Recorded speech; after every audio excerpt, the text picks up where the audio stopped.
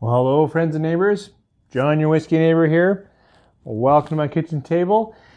We are in the middle of an incredible deep freeze.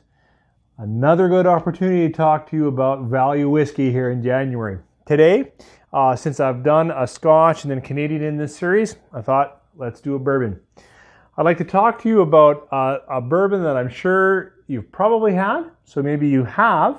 Pour it and sip along, see if we get the same thing. And if not, certainly easy to get. This will be Jim Beam Bottled and Bond.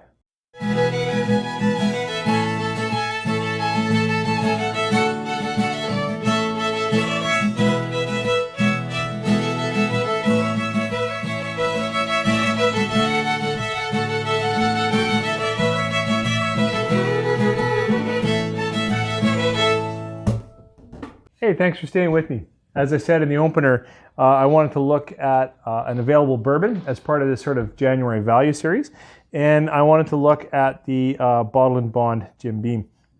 If you're new to whiskey or specifically bourbon, and you're not sure what Bottled and Bond means, basically it was, I don't know the date anymore, but it was significantly some time ago. I want to say at the turn of the 1900s, somewhere in there, turn of the 20th century, distillers wanted to be able to do a clear stamp of quality.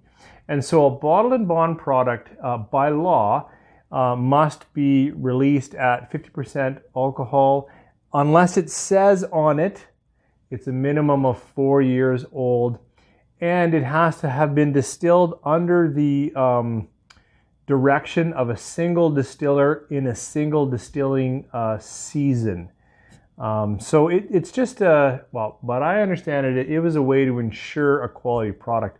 Now, of course, whiskey's gone all over the map in terms of length and of aging and whatnot. So it's less important now, but it still says something.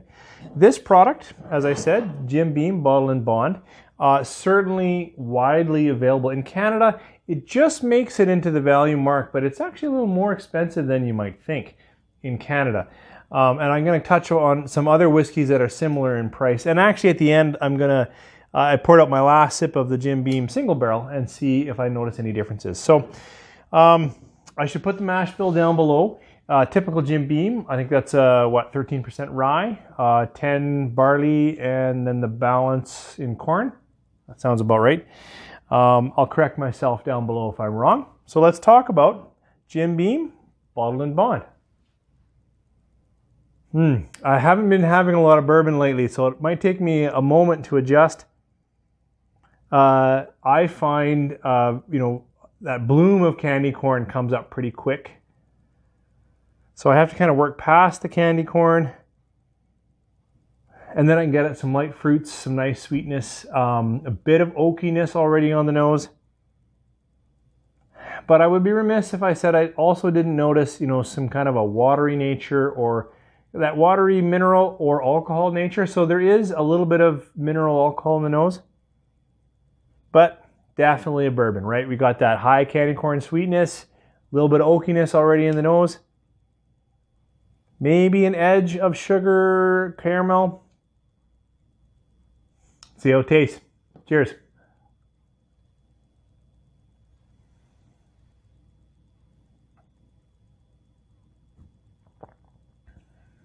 So I think the palate, I would take what I was getting on the nose and add to it a little bit of spicing, a little bit of cinnamon, a little bit of allspice, just to say it's perky. It is spicy.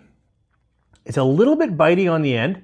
By that I mean maybe it could be the alcohol at 50%, could be something else, but it's a little aggressive on the end, a little biting. And then the finish finally to me really does start to speak more of that new oak. So we got good oak, a little bit of char, but not much. And not too much fruit all the way through. Let's see.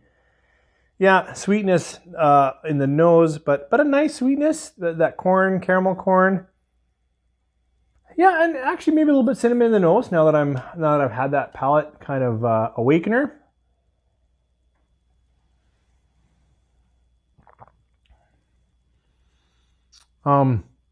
And certainly as bourbons go, I'm glad I had that second sip. It's not as aggressive as I was saying. It's just a bit more aggressive than some of the whiskeys that I probably have had in the last week or so. So it's reasonably easy drinking for a bourbon. It does have a little bite on the edge, and the finish, although nice and woody, can get a little bitter.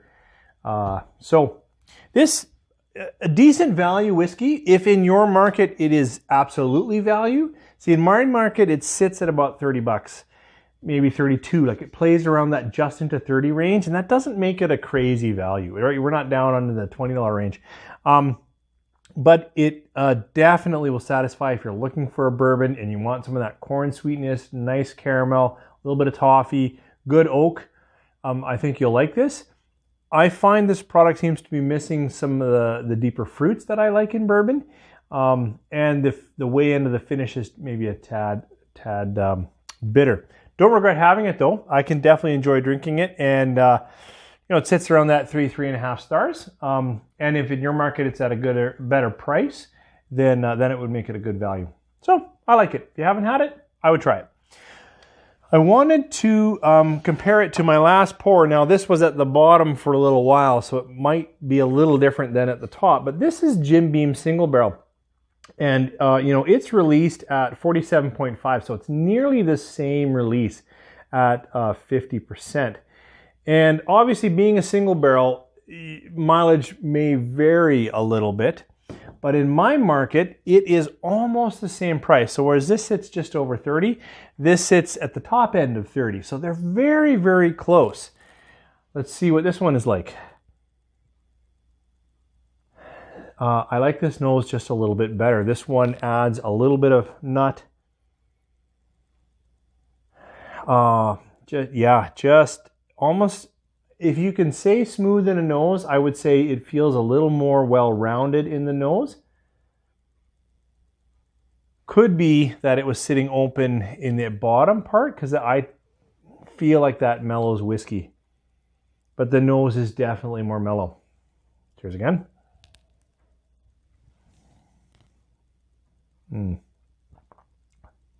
Palate for me somehow is bigger, fuller. Fills my mouth a bit more. Definitely toffees, a little bit of brown sugars, caramel, a little bit of peanut brittle.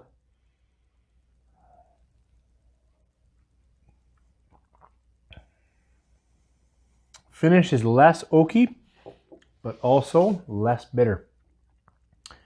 So this particular single barrel, I guess I could read it, JB 8209. For the $5 difference, I would buy this every day of the week compared to the Bottle and Bond. Now, I like the Bottle and Bond, but like today, it was just off of 3 stars. This single barrel was nearly a 4. It just, right now, maybe where my palate is, maybe this particular bottle, maybe how it was opening up for quite some time in the bottle, I'm not sure, but a better product. I don't know if that's the same as you guys, if you've been sipping along. I really one day would like to do kind of a white label, black label, Bottle and Bond, single barrel, or compare it against some of the other releases from Jim Beam. Knob Creek, to me, brings a little bit more like a cherry fruitness to it. I just tend to like Knob Creek more, and Knob Creek in my market often goes on sale for the same price as a Bottle and Bond, and I tend to like it better. Anyways, that's a few of my thoughts on bourbon. I think either of these should be approachable. Definitely the Bottle and Bond probably represents the value, right? A little more ABV, and probably in your market, at least some of the things I've seen, quite a bit less than it is in my market. So that's probably the value whiskey you're looking at. Hey, thanks for joining me here on this very cold January day, and I hope you have some friends and family to stay warm with if you're in Canada, and to stay off the roads. You guys take care.